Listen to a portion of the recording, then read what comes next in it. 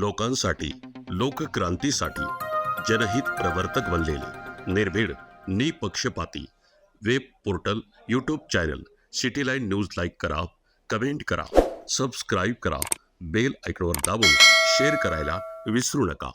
काल लोणी आणि प्रवरा परिसरामध्ये वादळी वाऱ्यामुळं शेतकऱ्याचे प्रचंड नुकसान झालेले असून काढणीला आलेला गहू भुईसपाट झालेला असून प्रचंड शेतकऱ्यांचं असं नुकसान झालेलं आहे.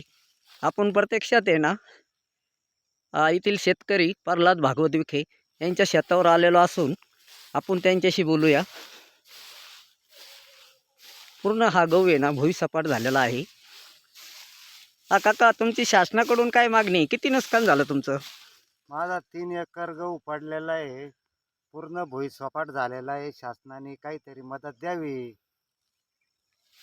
किती? 3 एकर गहू होता ना? 3 एकर गहू माझा पडलेला आहे. साधारण किती नुकसान झालं काका तुमचं हे? सर्वसाधारण माझं एकरी 25,000 रुपये प्रमाणे नुकसान झालेलं आहे. साधारण आता या गव्हामध्ये किती झाले असते? किती क्विंटल गहू झाले असते तुमचे? मला 25 एकरी एकरी 25 क्विंटल झाला असता गहू. हो का?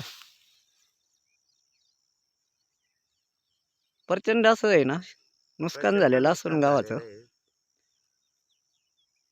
तुमची मागणी हो, तातडीने मदत मिळायला पाहिजे तातडीनं शासनाकडून मदत शासनाने द्यावी काहीतरी. आणि तातडीने पंचनामा केली पाहिजे ना. तातडीनं पंचनामा करावा माझा.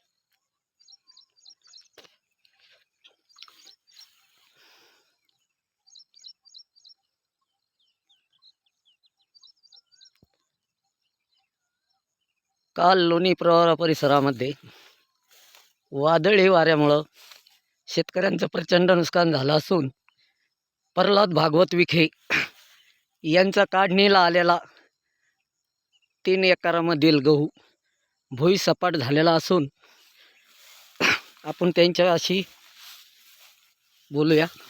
हा काका, तुमचं काय म्हणणं आहे की बुवा आता हा नुकसान झालेलं आहे 3 एकरावरील गव्हाचं, शासनाकडून तुमची काय अपेक्षा आहे? मला शासनाने काहीतरी भरपाई द्यावी. माझं 3 एकरचं नुकसान झालेलं आहे. गहू सगळा सपाट झालेला आहे. आता हे पीक काढणीला चालू होतं ना. काढणीला आलं होतं पीक. कालच्या वादळी वाऱ्याने त्याचा काय गव्हाचं पार्क हे झालेलं आहे.